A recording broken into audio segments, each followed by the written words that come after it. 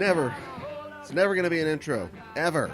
No. If you tune into this show and there's an intro, something's wrong. Call the cops. It's not really us. Actually, you can't call the cops. There aren't any cops. Right. What would they do anyway? I honestly don't know. Here she goes.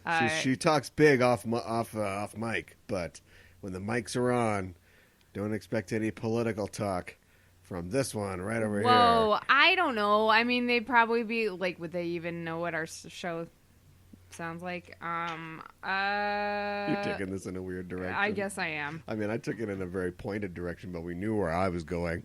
I kind of now want to ride this out. Oh, okay. So I'll be cop number one, you be cop number two. No, wait, one of us has to answer the door. You be the cops, I'll be on to the door. Ready? Why am I knocking? Why are you knocking? Are our roles reversed already? Don't enter laughing. Well, my dear. Yeah, let's skip all that. Okay. What do you got to say before it's time to play? About cops? I was trying to get us out of cops. Oh, and I just reeled us back in. And now we're trapped in cops. Never really watched Cops. Have you watched Cops? Maybe that's... It's been on for most of your life. Yeah, I know. You've never watched Cops? No, not really, no. Did you ever see Cartman's parody of Cops in the first season of South Park? I don't think I have. Yeah. I can't help you. Did you ever watch Cops, the cartoon? Cops! Fighting crime in a future time. No. You ever see that show about Egyptian Christians? Cops! So homonyms. Yes. Homonym humor. Yes. I think we probably filled up the requisite time. I think you're right. What movie did you pick? I picked the original 1954 Japanese version of Godzilla. You know, history tells again and again how nature abhors the folly of man. Godzilla. Yeah, right. Yeah, 54, kind of a big deal.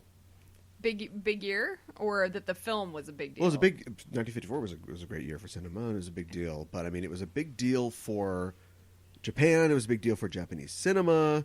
This is, of course, a Toho. I don't know why they're all Toho productions, but this one is. Mm-hmm. And, you know, it was a big deal. It spawned a franchise that is probably the longest film franchise in history, unless somebody boots up a Dr. Mabuse movie anytime soon, which I think they should. I got some ideas. Well, yeah, I mean, this has been around for a long, long, long time. Mm-hmm. And, you know, it was supposed to be... They basically just said, well, do it ourselves, because it was supposed to be like a Japanese Indonesian production, and that kind of fell through. And so, and I mean, how could you share this with Indonesia? Make your own movies. This is so Japanese, you know? It is. It's quintessential, I would almost say. Yeah, and Japanese. I think and it's funny because everybody always points to the obvious metaphor about... We should probably recap the movie. Yeah. I'll do it. Okay. But everybody points to the obvious metaphor of like, oh, wow, so a radioactive disaster will destroy the cities of Japan. But I think there's a lot more going on than that, I think. I think so, too. This movie's like a snapshot of Japanese culture, you know, in the early to mid-50s, mm-hmm. when things have become like so Western. Like the clothes they wear... I think are recognizable mostly as Japanese clothes, but if you put these clothes on some kids in a drag racing movie you'd see on MST3K, it's not bobby socks and skirts and pleated pants and right. And it's 1954, and if you wonder why there's all these howitzer cannons around when they're not supposed to have an army, you know, 1954 is when the Japanese Self-Defense Force was, you know, inaugurated and put together. So mm-hmm. if this happened, you know, contemporaneously, mm-hmm. Japan would have an army to defend itself with against a giant monster. Right. So it's just a really fascinating look at this time. But yeah, we'll get to it. So it's Godzilla. I mean, you know the story by now, but we'll do it anyway. Right. Godzilla is an ancient creature. Their dates are all wrong. But we'll just say it's from the Jurassic period. And ancient. For some reason, it lived this long. Right. Or maybe it's just been down there with other Godzillas. We don't know. It's awakened and affected apparently, by H-bomb tests in the Pacific. This is a message movie. Mm-hmm. And it wakes up. It slowly makes its way towards Tokyo. It'll eat any boat you send. Yeah. And finally gets to Tokyo. Nobody is sure what to do or how to stop it. There's one scene, in the end of the second act, where it just beats the shit out of Tokyo. And it's it's human lives and destruction, but it's a great scene. Yeah, yeah. And all through this, there is I don't know any of their names. There is I can help. Scientist, a zoologist who's been studying Godzilla. I think his name is Yamane. Yeah. There is a young couple. Yes. Yes, there's a young couple. And there's a scientist. Sarazawa is the young scientist with the eye patch. Yes, with an eye patch, who fills in for our mad scientist, if you will. Right. Who has developed... Sorry, I'll it's stop. probably not going to be as important as me finishing this, right? Who has developed a scientific process for destroying oxygen. But unlike a lot of mad scientists who are like, yes, I will destroy all the oxygen in the world. He's very protective of it. He knows that he's done something that's very dangerous. And he allows it to be used to defeat Godzilla. But he basically gives up his life willingly in order to see that happen. Mm-hmm. And that is that. Yes. The end. The end. Tokyo is saved. Yes. The world is saved. Yes. You don't know. Man. No. This movie was made for 100 million yen, which is, I don't know, maybe like $1.5 million. It made $281 million at the box office originally, but of course has gone on to the many, many, many re-releases of this, not least of which is the 1956 Americanized version of the film called Godzilla, King of the Monsters, where they shove Raymond Burr's ass in there for some reason. Yeah. And it was very popular here in the States when that happened too. A lot of people don't even know there's an original version of this, but we watched the Criterion Collection original version of Ishiro Honda's Gojira. That's right. Why'd you pick this? A couple of reasons. Obviously it's on the list, so I've never seen it. I'm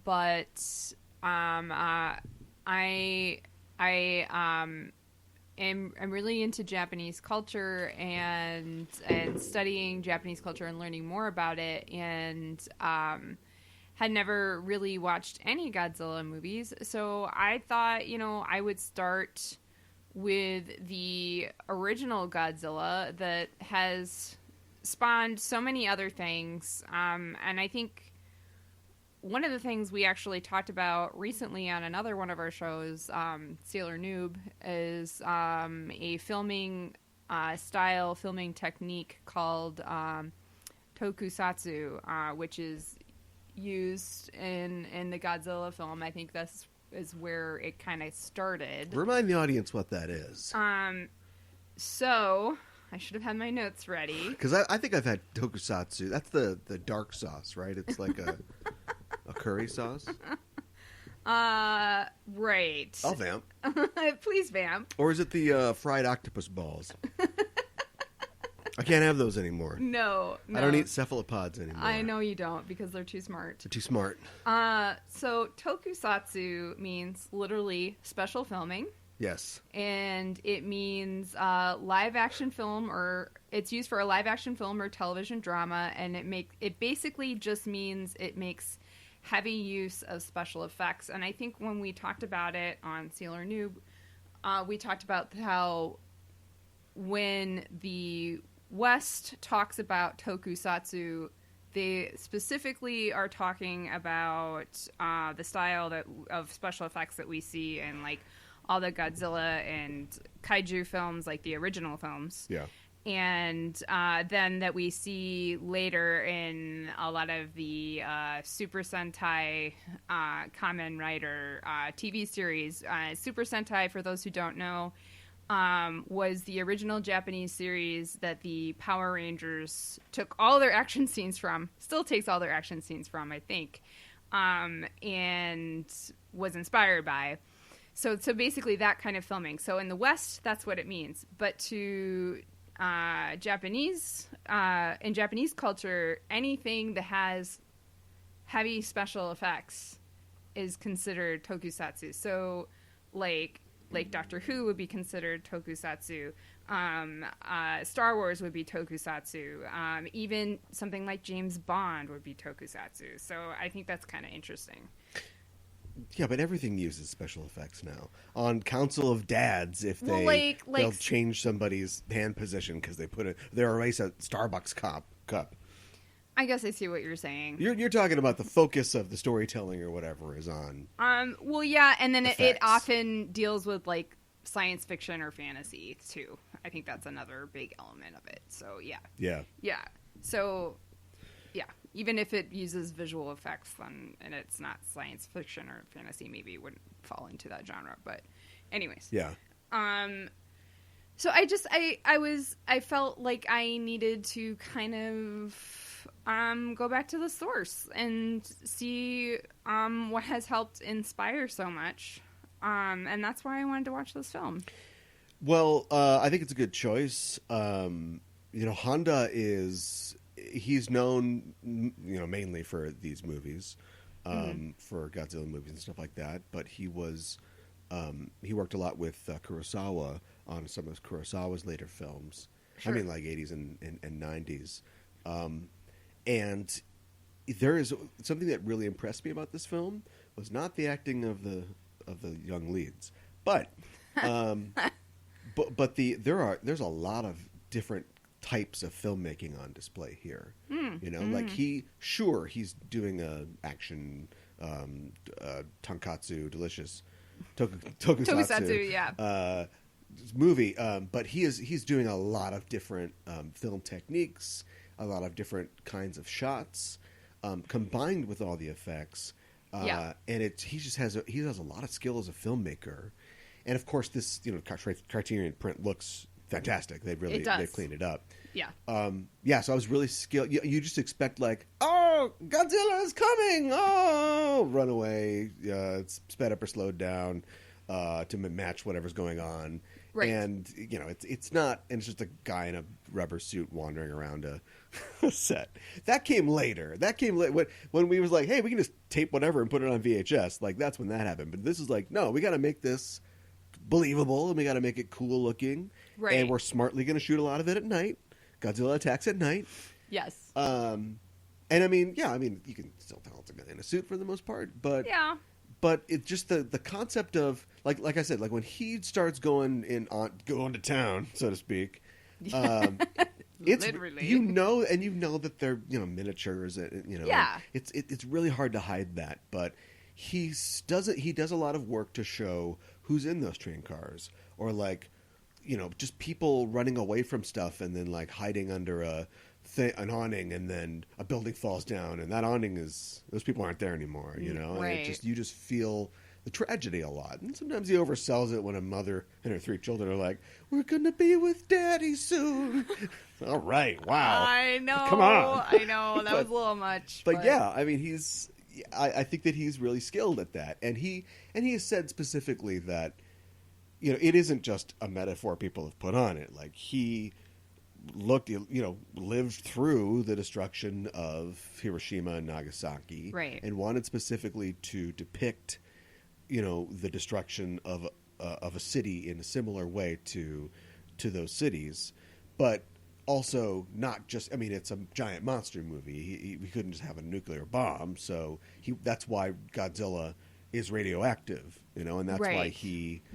Not only steps on things, but he can burn things with his radioactive breath or whatever. And so he wanted to have, a living embodiment of that, sort of. And I think it's effective. And when we see, after his attack stop and the next day comes, it's not just like, oh, that was bad. Like we go to the hospital, we see the dead and dying. We see little children, having Geiger counters running over them that are going crazy. Yeah. And I mean, it's like, yeah, okay, all right, okay.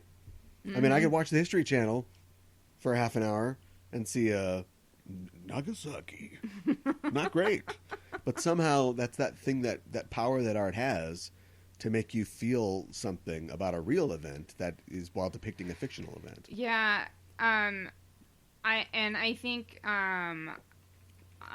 his name is Yamane. Yes. Yameno? No, the older scientist in the film. Yeah. Yeah, played by Takashi Shimura. I thought he was great. Low key, Toshio Mifune gets all the roses, but Takashi Shimura is, was in Rashomon, was in Ikuru and Seven Samurai, was Kanbei in Seven Samurai. He's a legendary Japanese actor, and he does nothing in this. No, you got these two dumb kids that are like, yeah. "What's going on? Is everything okay? Oh, I'm gonna tell him." So you got the real actors like, doing a lot with 10 or 12 Not really lines, saying a whole lot. Yeah. I did think it was interesting though. He keeps talking about how he wants to study Godzilla, but he keeps saying he's because they preface that he's like did they call him like a zoologist or something like that? Yeah. He studies animals and including prehistoric ones and that sort of thing, but he has this great respect and care for animal and creature life, and I think that is depicted, and he really doesn't want them to kill Godzilla. He wants them to study Godzilla, but he wants them to study Godzilla especially because he was able to survive the H-bomb. Yeah. He would keep saying we could learn stuff from this, and I think that's right, but nobody wants to listen to him. And I understand why nobody wants to listen to him, because their city is literally being destroyed and people are being killed and there's all this destruction. Here's our idea. We've got a giant electric fence. Now this is going to do it. There's no way that this will just make Godzilla super hyper shit angry. Yeah, I know, right? So yeah, and then at one point he says to one of the army guys or whatever, don't shine searchlights in his eyes. It's just gonna make him mad. And he's like, I can't leave my post. And nobody gets that information. And no. I'm like, if Yamane knew that, why wasn't that shared earlier? Or yeah. I mean, I know he doesn't want them to kill him, but maybe he should have does he ever explain, this is what we should do, this is how we should research him? We don't see that. We just hear him say we should research him. Yeah. We don't hear his plan to make that happen. But, yeah, I don't know. And then they have the other kid who is the kid from Odo Island from the beginning, and I know that's why he's there, but that's the only reason why he's there. He doesn't do anything. Yeah, I didn't really get a lot of the connections between the characters, but whatever. Yeah, I guess that was kind of one of my complaints. And once you pop the commentary Pringles can, you can't stop the Shaman-Terry Shingles man. I put the rhyme in the wrong place, so I got trapped.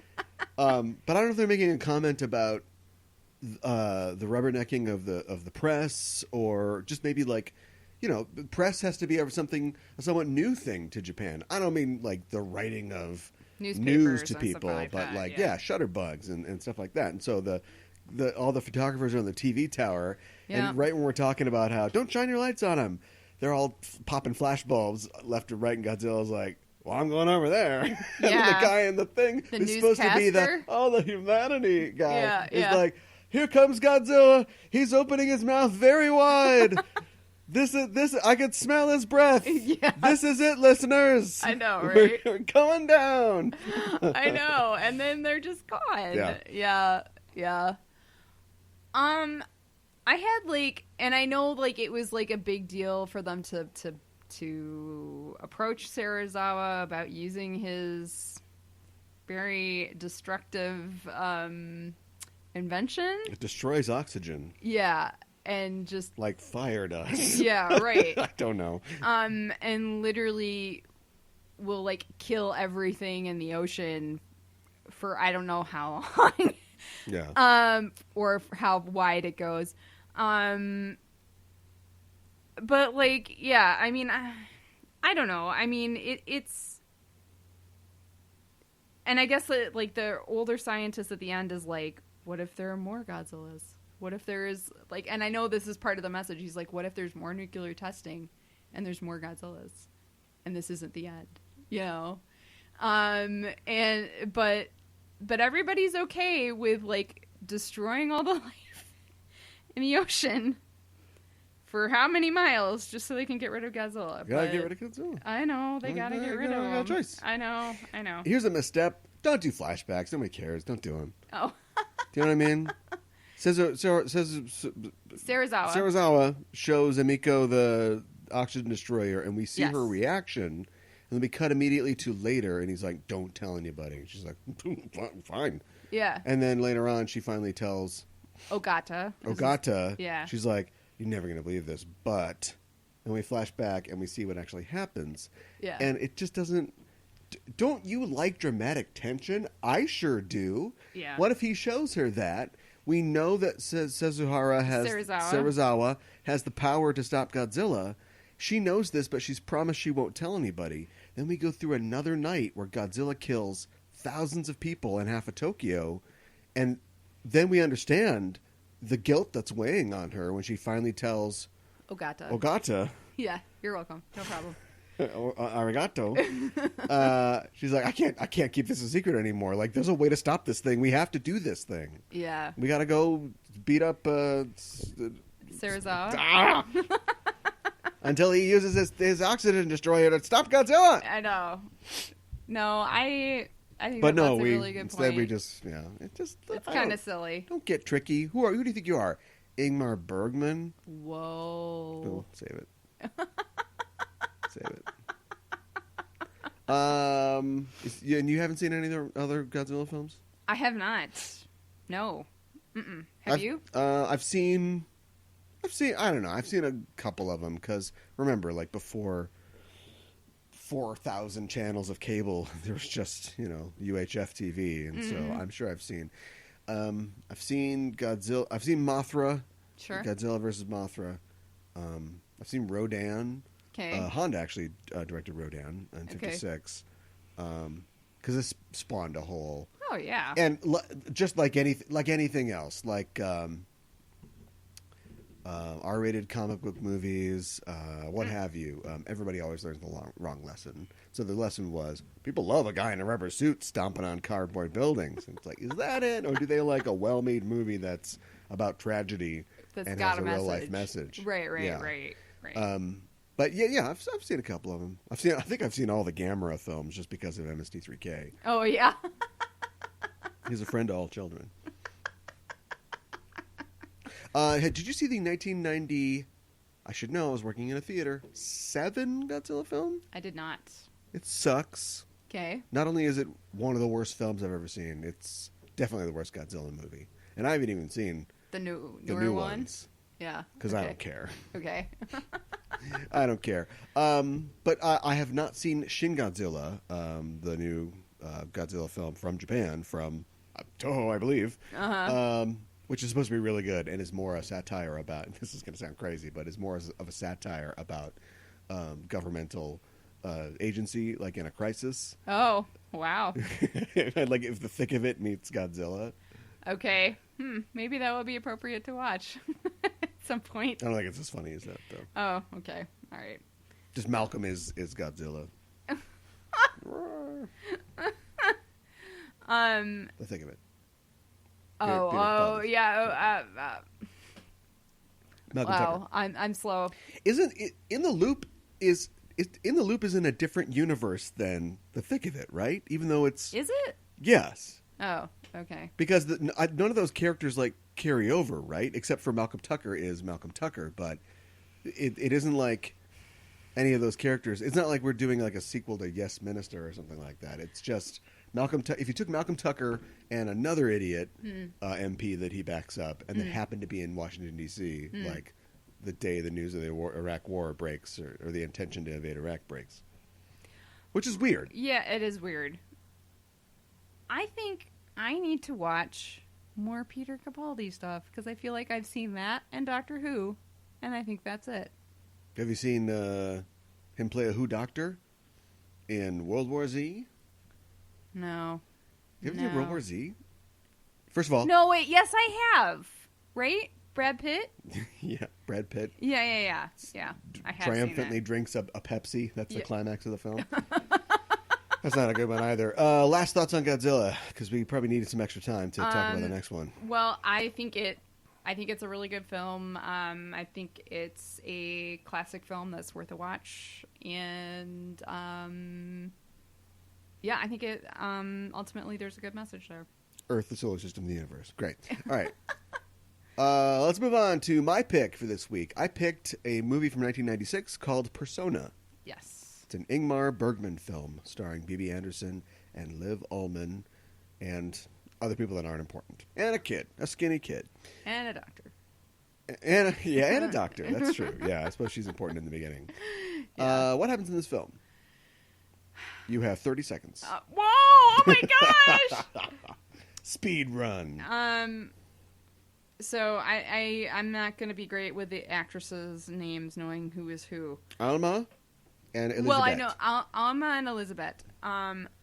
So Alma is a young nurse, and she gets this case of another young woman who's probably around the same age as her, named Elizabeth. And Elizabeth is a famous or well-known actress. She's been in movies and stage.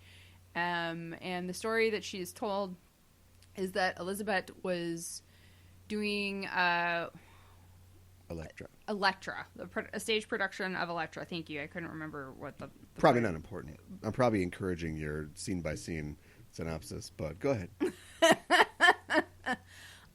And doctors have studied her, and as far as they can tell, she looks physically and mentally healthy, but for the last 3 months, she has not talked.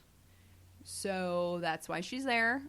We're not told where there is, but we can guess it's probably some sort of mental institution. And, sanitarium. A place to chill. Right. Have fun and do whatever. Like, watch horrific things Finish on TV. Finish it. So the doctor is like, well, you're not really doing that well here, so please go to my summer house, Nurse Alma, with your patient, Elizabeth, who's apparently her only patient. And before you go, let me just talk to the patient for a second. You're full of shit. Like, I don't know what was going on there. What are you doing here? Come on. Yeah. Snap out of it. And so they go to the summer house.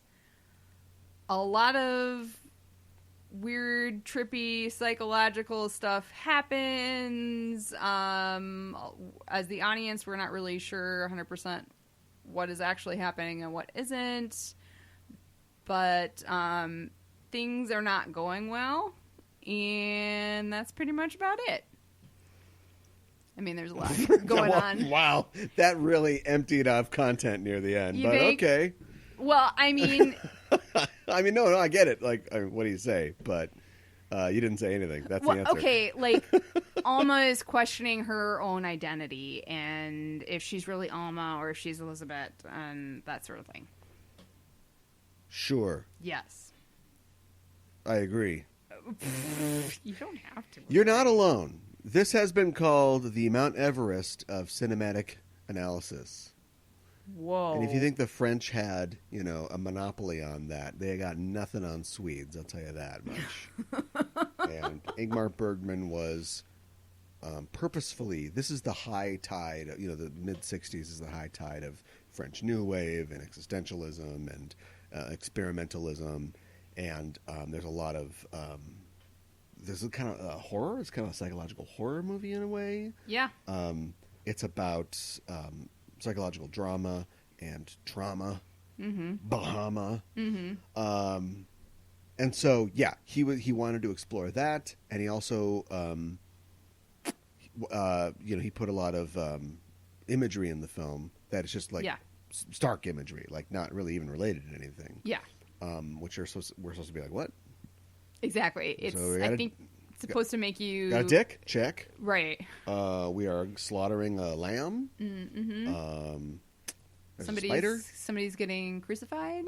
Assuming Jesus is being crucified. Yeah. That's becoming a theme for the show. And that's what we're doing. And so I don't know if this happens a lot in Sweden, but you could see this as a form of like art therapy, kind of, maybe. Whoa. I mean, like, they're just gonna go. I mean, the film. I guess art therapy would be my title for the film if Persona was taken. Wow. Okay. But even the title is supposed to sort of refer to like the Jungian idea of self and the duality of self, which is explicitly sort of called out in the beginning of the film, and the Jungian idea of persona. Mm-hmm. Or it all could just be an actress getting some material. Yes. Which it could just be that. You kind of wonder what's going on. You know, we learn as the movie goes on that Alma is not.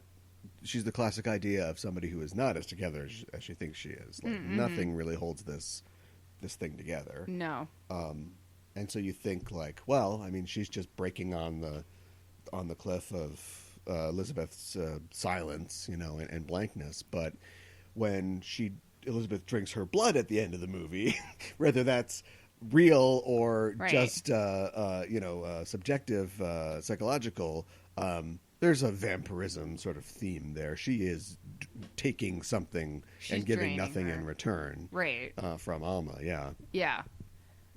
You think Tarkovsky could have been Bergman if he just kept the camera still? Better question: can Russians do surreal? They can do farce in a drop of a furry hat. Yeah, yeah. I'm trying to think of good Russian surrealist films. I can't really think of anything. Oh boy, I don't know. I'm not.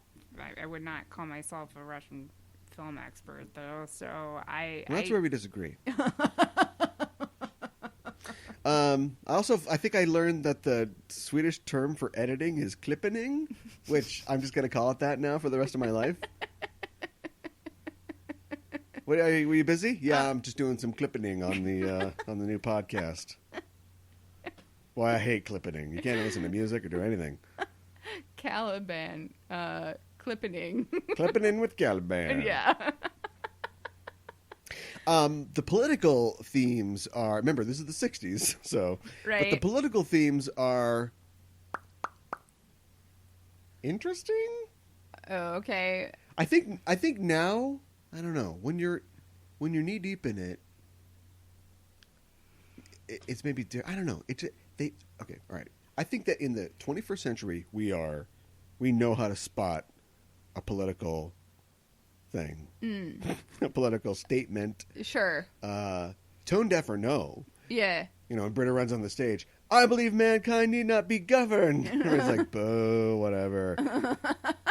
But in mid-'66, maybe it was fresh. So while we're trying to figure out why this lady won't talk, she turns on the TV and, monks are immolating themselves over the occupation of Cambodia or Vietnam.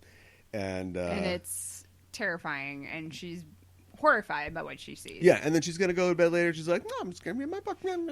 She's like, oh, well, it's that famous photo from the Jewish ghetto. And she's like, guess I'll just contemplate this instead. Why does she have a photo of this in her book? I don't know. And I've got a couple questions about a couple of things. So they let, for whatever reason at this sanitarium, they have TVs in their rooms. Yeah. Fine, but if you have no way to monitor what they're watching, and they could watch horrific things, that's not a good idea. This movie opened with a dick, so I mean, you're asking a lot out of this movie. But like to conform to reality. Okay, I guess that's why that was my other thing with, like, why does she have this picture? Like, if she was in a sanitarium, they would have gone through her things, and then, like, why would they have let her keep this photo? Yeah, right. That's none of that matters. Okay, is that's polishing the brass on the Titanic. All right. We know. So this is a character study of two women or one woman. Yes, but so we don't care about that. What you just brought up, and I guess we also don't. We have to just accept that she won't talk, but the doctor knows what's wrong with her. And what's wrong with her is that maybe she said something before she went silent, but she doesn't want to live. She's become disillusioned with her life as an actress, which she sees as disingenuous and a lie, and she wants to achieve, perfect honesty by just not saying anything and just being or whatever. Right, because and the doctor knows all that. Yeah, and taunts her about how that's dumb before she sends him off to her house. Yeah, and so we get that, and then we get that. Alma's just like, oh, we're gonna have fun. Oh, I'm having fun, and then starts revealing all these things about herself that she's not comfortable with, and people say that this is. I'm not saying it's not, but people say that this is also like a lesbian movie. Which, I mean, I don't... Fine. But whatever Alma's feeling, she feels like, oh, we had a connection. We're really close. Yeah. This is great. Yes. And then she's like, okay, I'm going to take your mail to the post office. But then she's like, that letter's open. I want to know more about her. She won't ever talk to me. And she reads it. And, it's a very erudite recounting of what... She told her what they've gone. Yeah. Well, not just what she told her, but she's just, kind of like observations about her that she's not privy to and that seem kind of clinical. And then she gets kind of mad. Yeah. And then there's a moment in the film where she's going to have a glass of juice. And she breaks her glass and she picks up some of the glass, but not all the glass. Mm-hmm. And she sees that there's a piece of glass on the ground still that Elizabeth can walk on. And she's like, huh, and she walks out, and the film breaks, or it splits. Mm-hmm. What do you think about that? I wasn't sure what to make of it. Like, is this, like, where, like, what is it saying? Like, is it saying that, like, Alma has... her personality is breaking down, or is this some sort of... mental shift for her or break, or like, is this really her anymore? Is this where she becomes more kind of almost like Elizabeth, and she's kind of like almost, there's some mean-spiritedness there? Or... Yeah. Speaking of surreality, and I just shit on the Russians, but is this what I love to point out, the piano wire breaking moment? What do you mean? When the piano string breaks. Oh, and like you have to stop playing? Cherry Orchard. When the piano string breaks. She's sorry, I gotta reboot her. Hold on. You pinch her ear and poke her in the nose. In The Cherry Orchard by Anton Chekhov. Yeah. You know The Cherry Orchard? Yes. We talked about this maybe on the last COVideos, but definitely we've talked about this sitting in these seats. It's a story about how you have the first act where everybody is full of their illusions about themselves. Yes. And then like somewhere in the middle of the second act when all the complications start, the characters are outside and they're talking about something, and apropos of nothing. And this is I've seen The Cherry Orchard like maybe twice live on stage, and they've done it pretty much the same both ways, which is just they play a recording of a piano string. But in the text of the play, it says a sound is heard that sounds like a piano string breaking. Yes. And it's like, thanks, Hans Zimmer. Now what do I do with that? I'm just a sound designer for a college community show. But it's taken to be metaphorically like this is where the illusions snap. That was the crisis that involved no action, but it's all downhill from here. That's what I sort of took it as. Yeah. Because immediately we returned to the absurdist imagery, which is not so absurdist when you see a vampire doll or whatever, or a picture of a kid as a vampire, and there's all this other stuff. You realize like the predation, will begin here. Right. Yeah, I think maybe you're right, because like that choice up until this point, what we've seen of Alma, she's not like that. That's not like her personality. That's not she seems to genuinely care about people. And she monologues to camera about her fiance. I know. While putting on cold cream or lotion or cream? moisturizer Yeah, or something. I know. Yeah, I know.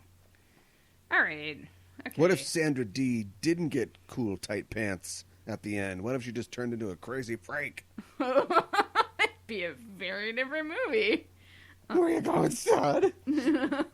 Come back! Oh my goodness. Crash this flying car. I'm putting Grease on my list. Keep talking while I write Grease down. Oh, okay. All right. Have you never seen Grease before? I've seen the play. I haven't seen the movie. Well, no, I've seen... Oh, hold on. I've seen the movie. You know those wild college parties? Oh, so do you bunch watch of pasty it in the virgins. background? You know, right? Yeah, Yeah. it's definitely been on somewhere where I've been. Okay. But I've never, contemplated La Grease. Oh, okay. Sure. So on the list it goes.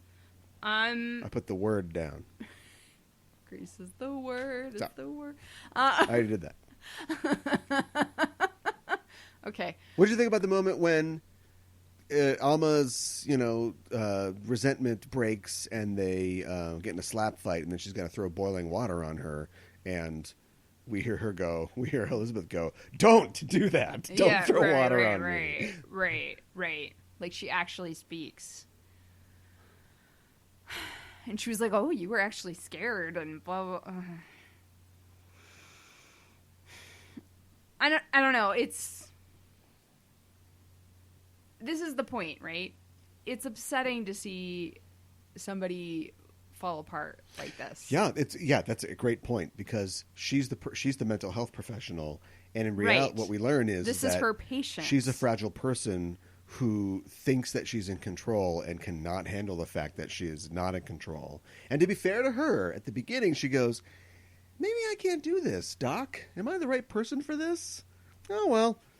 Well, I want to know why the doctor assigned her to this person, because that was assigned her Elizabeth, because that she starts saying you were chosen for this specifically, but I don't really know why.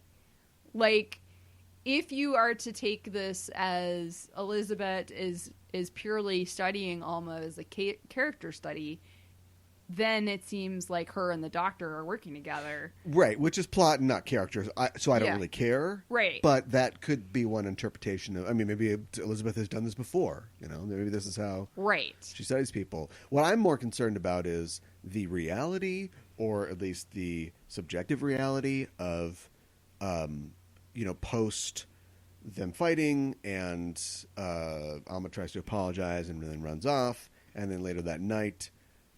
she's like, "Oh, he's calling again," and the husband, presumably Elizabeth's husband, arrives.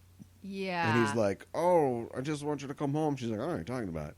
And then, as Elizabeth is there and kind of appears, she sort of, makes her reach out to him, and then she's like, "Oh, I just need some time. Oh, let's have sex." Like she's taking on the role of Elizabeth. Yeah. I really hope that didn't actually happen, but yeah, that's upsetting. It's a movie. It doesn't matter if it happened. Yeah. Okay. Which leads directly into... Yeah. Unless you had something great, I'm going on. Which leads directly into the scene where we got 8 cameras. We're going to use them. Where Alma delivers... Alma seems more collected, and she delivers a monologue to Elizabeth, which is based on Elizabeth's reactions, what her real story about how you were an actress and you thought "Oh, is there anything better than this?" And then somebody was like, "Why aren't you a mother?" And you're like, "Oh, I want to be a mother." And then you got pregnant, but you're like, "That was dumb. I hate my baby. I hate it." Right. And you wanted an abortion. You tried to get an abortion. You wanted a dead baby. Yeah. And it's like, whoa, that's rough. What's this? She's coming back in, and then we do the whole scene all over again, but with BB's performance, focusing on her instead of focusing on Liv Ullmann. Yeah. They do it twice, and it just as an actor, it reminds me of a rehearsal. Oh, maybe it's rehearsing it different ways. About it maybe it's the first one was a rehearsal and this is a performance. of course, these are actresses playing an actor and a nurse. Right. And in a film, you can do a scene like that, and it's called shot, reverse shot. Right. But there is no shot, reverse shot. There is no. It's all done in various, angles or close-ups on the actresses' faces. What I thought was... And it's done twice. What I did think was interesting is that both times the very subtle movements that Elizabeth does are the same. Oh, the reactions. It could have been the all. same. I don't know the backstory. I didn't. We don't research on this show, so it could have been the exact same scene. I would say that the playback was very similar, but I wouldn't be willing to go to bed. Go to bed. I'm pretty tired. I'm going to go to bed, but I wouldn't be willing to go to bet that they were exactly the same. But who knows? Of course, I have Abed. That is the same. They saved a lot of time on that Community episode because that is the same. And then there's other things like him standing up and hitting his head. That's the same. Oh, look at the bathroom. Which, that's the same. Oh, okay. But not all the rocks. No, not all of those are the same. So who knows? We're talking about Community. Yeah. Episode of Community. Yes. So anyway, that's just thinking about it just now. That's the idea that I got from it. Because I don't think, and tell you what. I think that makes a lot of sense. Well, I'm not saying that's right, but I'm just saying that's all we're going to get. Because after that, Alma continues to sort of fracture, as a personality up until the very end when she leaves seemingly normal. And that's the farthest under Elizabeth's armor that we get. Assuming we're even getting under her armor because she's an actress. Right. So who knows? Maybe she has achieved finally this vain dream of being no one or being totally honest by being blank. Let me ask you this. Yes.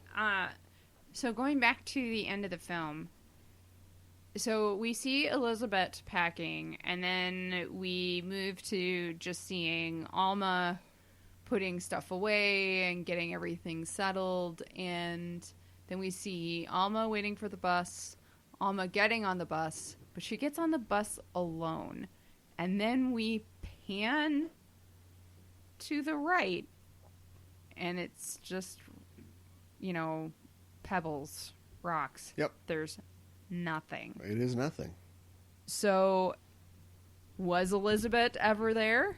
Is she a real person? Did she stay out in the sun and she's a vampire? Right. Yeah, right.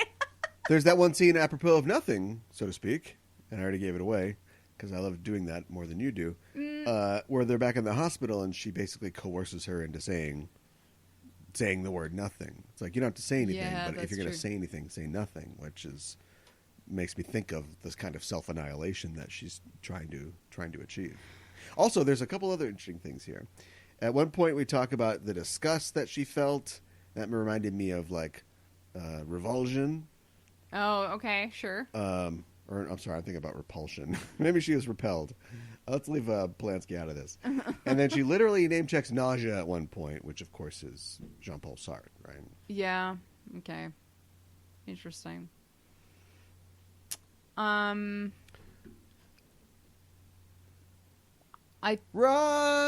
Wow. No, sorry. I thought it was interesting that the husband, whether he was real or not, was the only male character in the entire thing. Little boy. Oh, the little boy. Dead boy. Yeah, okay, sorry. Was he... Yeah, the dead boy. Which, when I watched the credits, said it was Elizabeth's son. Sure. So, okay.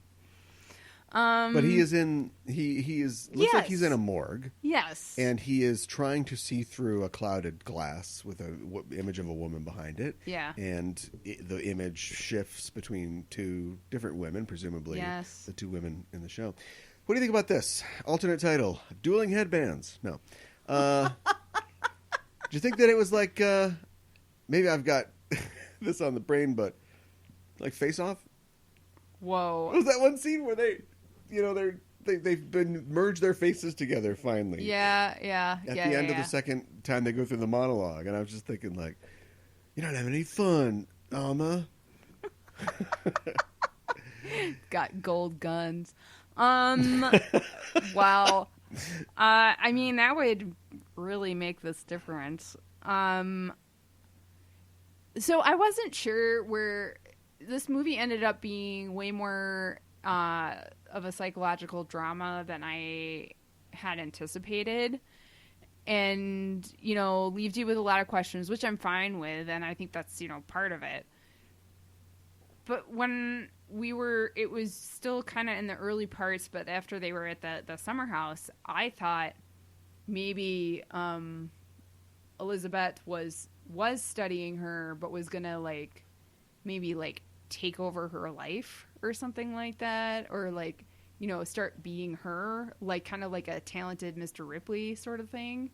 A talented Mrs. Ripley. Right, yeah. Oh, they come at night, mostly. So I thought maybe something like that was going to happen. It's interesting because that's another great observation. And if they're all so at odds with what she says that she's trying to accomplish. Like if an actress had a nervous breakdown. Yeah. In the middle of a show, and yes. Not having completed the nervous breakdown because it's not a short thing, she decides that I don't know if I'm going to ever act again, but I don't want to be somebody who's fake, and I don't want to feel detached from myself, so I'm just going to shut up and just try to live my life for a while, being real. That seems in opposition to her stealing someone's personality so she can play a nurse or something. Yeah, I didn't get it. Flashed by really fast, and I didn't get a quick look at it, or I got a quick look at it. She's on a set at the end of the film. She's being filmed in something. Yes, but it doesn't look like she doesn't look like a nurse, does she? She's not dressed up like a nurse. Not as far as I could tell. So yeah, I don't know. I mean, that's your assumption seems like the correct assumption to make, but of course it flies in the face of everything that she's done. And I don't think that the letter that Alma reads, no, it gives away too much in that regard. No, reading. I mean, she shouldn't have read it, but reading somebody's thing that refers to you, as kind of a stranger, or in third person is, seems kind of cold. But it's not like I'll be ready to be on General Hospital soon. Right. There wasn't anything like that. When she said she was an interesting study, which was kind of like, what does that mean? Yeah. But, earlier Alma's talking about how they look a lot alike and how maybe she could be her and that sort of thing. And I mean, I know that all plays into everything. So, yeah. You got it. I got it. How about this? A female version of the lighthouse, or the lighthouse is male persona. How do you say "why'd you spill your beans" in Swedish?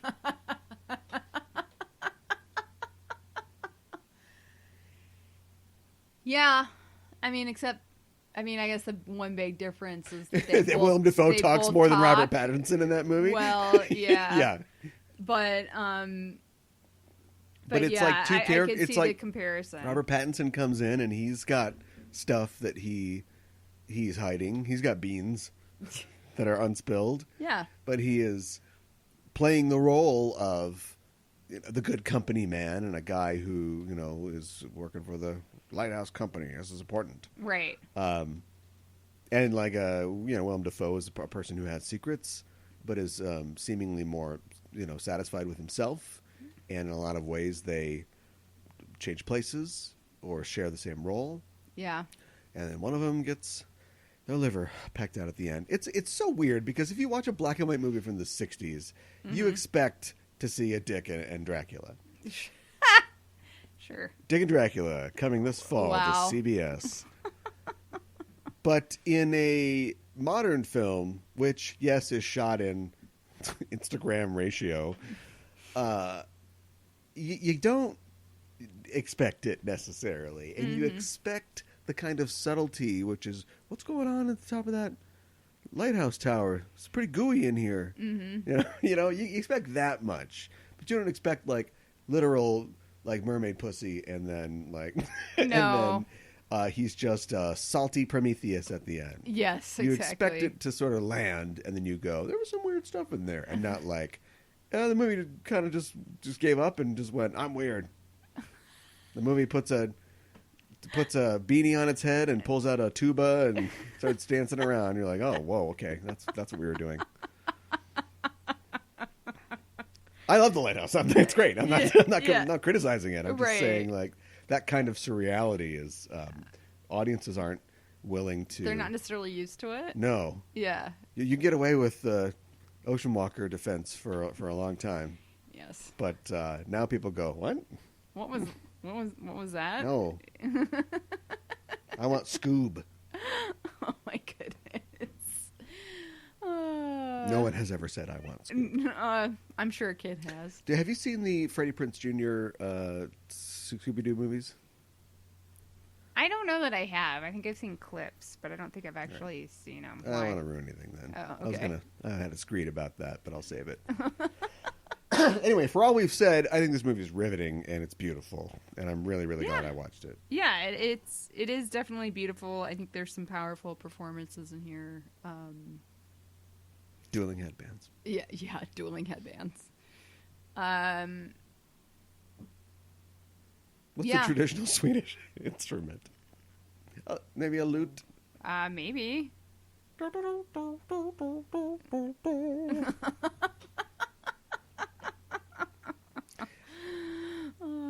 Do we do it? Do we get it all? I think we got it all. Yeah, I think we probably got it all too. We wrapped up a little early. Yeah. Good, I can say all the things I'm supposed to say. This is COVideos, but it's part of the Just Enough Trope podcast, show where we talk about all the news that's fit to cast in the world of nerdy entertainment, and we also talk about some of your favorite genre media things, joints, if you will. Mm-hmm. What did we talk about last week? What did we talk about last week? We talked about I want to hear you pronounce it. Oh boy, the Greg Rucka Wonder Woman Hikedia, I think is what it sounds good to me. Okay.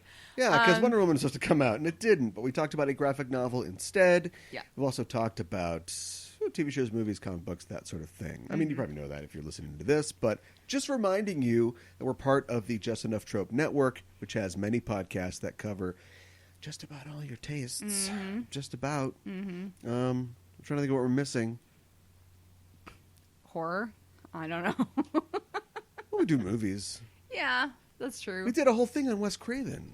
Yeah, we did do a whole John thing Carpenter on Wes movies are Craven. scary. We did that too. Yeah. That's true. So anyway, check that out. Star Trek, movies, comic books, TV shows. We got it all on Just Enough Trope. Find us on @JustEnoughTrope on Twitter. And that is it for this show, I believe. We'll be back. We're still doing this. I know. When we take the masks off, we take the mics off. That's what I say. Go. So until then, we will see you in the future, and we're signing off. And stay healthy and stay safe.